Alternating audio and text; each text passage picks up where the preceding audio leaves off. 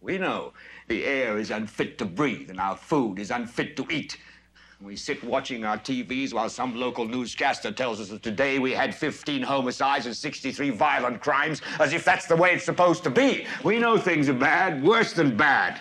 They're crazy. It's like everything everywhere is going crazy, so we don't go out anymore. We sit in the house, and slowly the world we're living in is getting smaller, and all we say is, please, at least leave us alone in our living rooms. Let me have my toaster and my TV and my steel-belted radios, and I won't say anything. Just leave us alone. Well, I'm not going to leave you alone. I want you to get mad. It's the end of the world as we know it. I feel fine. Good morning, slaves, and welcome to another edition of It's the End of the World as We Know It and I Feel Fine. A show where head slapping is not allowed. Get out! Let him alone! Oh, man. Hey! Stop that. I am your host, Stimulator, and yes, things are pretty fucking bad. I told our people get information without torture and was assured by our Justice Department that we were not torturing. That was President Shipbreath about a year ago, while the New York motherfucking Times obtained secret memos from that sellout Al Gonzalez, where he said it was cool to play Slappy Head and dip the prisoner with suspected terrorists.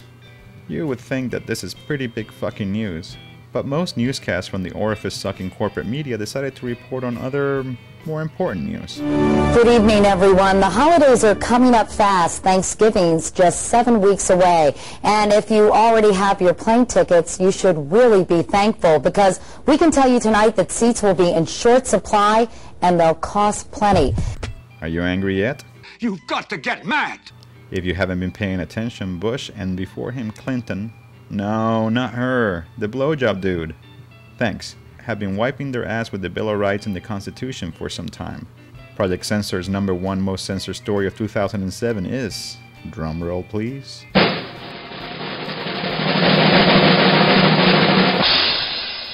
no habeas corpus for any person. What that means is that the fear-mongering shagwoods that run this country can call you a terrorist, yes, I said you, abduct you, take you to a black site outside of the country, slap you around, dip your head in the water, and tell no one where the fuck you be at. Not your moms, your boss, your wife, no one. This little power known as the Military Commissions Act comes courtesy of the US Congress, aka the government. And you voted for them. You've got to say, I'm a human being. God damn it. My life has value. But it does not stop there. This second most censored story of 2007, according to Project Censored, is Bush moves towards martial law. The same day W signed the Military Commissions Act, he also signed the John Warner Defense Authorization Act, which, and I quote, allows the president to station military troops anywhere in the United States and take control of state-based National Guard units without the consent of the governor or local authorities in order to suppress public disorder. Could these pussy-ass cowards be preparing for mass uprisings? Or maybe they just want a little extra security for the 2008 Republican Convention. It don't matter. We're still coming. In the UK, where civil liberties have also been disappearing with the quickness, a group of badass motherfuckers blockaded the security check-in of a terminal in Manchester Airport. These fearless activists were protesting the high number of flights between Manchester and London. The protesters claimed there is no excuse for commuters to use such high-polluting transportation.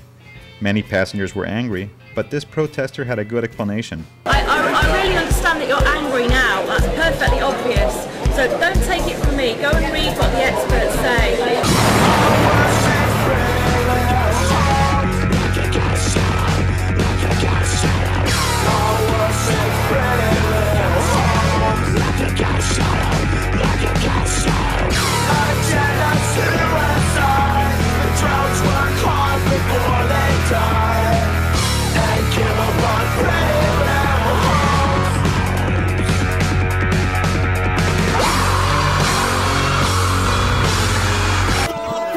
When I was a punk-ass teenager, I thought it was tough shit because I had a tape of U2 live at Red Rocks. I can't believe the news today. I can close my eyes and make it go away. I played that shit so much that I damaged the tape, forcing me to buy another copy. This was before MP3 players, so if you... Wait a minute. What the fuck am I talking about? Oh yeah. Music. Music played an instrumental part in forging my political mind. When I went to college, my roommate was all about that rap shit. I totally wasn't into it. That is, until I heard my first track by Public Enemy. Then I was hooked. 89, the number, another summer. Sound of the funky drummer. Music hitting your heart, cause I know you got soul. Those fucked up beats Terminator X and the Shockley brothers came up with had a sense of urgency like no other music I had heard before. Yep, Chuck D and company gave me my first lesson in how fucked up the world really is. I bring this up because the landscape in political hip-hop and political music in general is fucking dead. There are a few exceptions out there, but for the most part the only shit that surfaces has to do with bling bling and booty. In fucked up times, music, art, and film play an important part of the resistance. When the chips are down, there ain't nothing like a little Mos Def or some Rage Against the Machine to lift my spirits up. What I'm trying to get at is that if we spot some hot political art, we must support and nurture it, with our dollars and with our word of mouth, for it at some point will give us strength in our times of weakness. Last week I played you one such hot shit record, Uncle Sam Got Damn by the talented Minneapolis MC, Brother Ali. Well, here he is in the flesh. Hey Ali, how the fuck are you? I'm doing great. Why is political music important? I mean, I think that music that comes from what people are really dealing with is important. And the songs that I make, I never have set out to make a political song, or I never, label myself a political artist. But the thing that always strikes me, and I think strikes all of us so much about music and about hip hop, is the way that we're able to express what is really going on with us. And so in my music, I tackle everything that moves me in a strong way. So you hear me talking about, my kids and my wife and my, struggles growing up, and, religion and all, everything that's very serious to me. And politics is just another one of those things. Uncle Sam Got Damn. What is that song all about? The legacy of the United States, and the way that that it's, that we're always taught the United States of America, land of the free, home of the brave, and this American dream, when in reality from the very beginning it's been that way for a small section of people, but for the majority of the people that's not the case, that's not their reality. And so I turned that language around and said the United Snakes, land of the thief, home of the slave, and it really outlines the way that certain people have been used to create the American dream for other people, the indigenous people that lived in America before, the Europeans came and settled it, quote unquote. The people from Africa that they just basically stole and forced to build the country for free.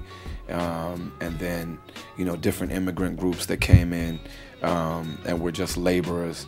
The Chinese and the Italians and the Irish, etc. And now basically all of the poor people in the United States that are just kind of used as drones to to keep the system moving. Has Al Gonzalez or that fucker Chertoff called you yet? I was in Australia and doing shows, and the promoter in Australia wired money back to the United States, and the Department of Homeland Security seized the money, seized the funds, and we had to report to them, exactly who we are and what we were doing and our names and our social security numbers and our addresses and all those things before they would release our money for the shows that we were playing in Australia. So, just even the little bit that I've done, I've seen some consequences, some very real consequences just for making music. Rapid fire. Favorite Public Enemy song? Welcome to the Terror Dome is my favorite Public Enemy song. Favorite Immortal Technique song? My favorite Immortal Technique song, Homicide Harlem. Favorite Dead Prez song? Favorite Dead Prez song, Bigger Than Hip Hop. Favorite song by The Coup? Favorite song by The Coup? 6 Million Ways to Kill a CEO. And that's about it for this edition of It's the End of the World As You Know It and I Feel Fine. To get your dose of Brother Ali, go to brotherali.com. To learn more about the end of freedom as we know it, go to projectcensor.org. For political music suggestions, email me, puffdaddysucks@submedia.tv. Don't believe the hype.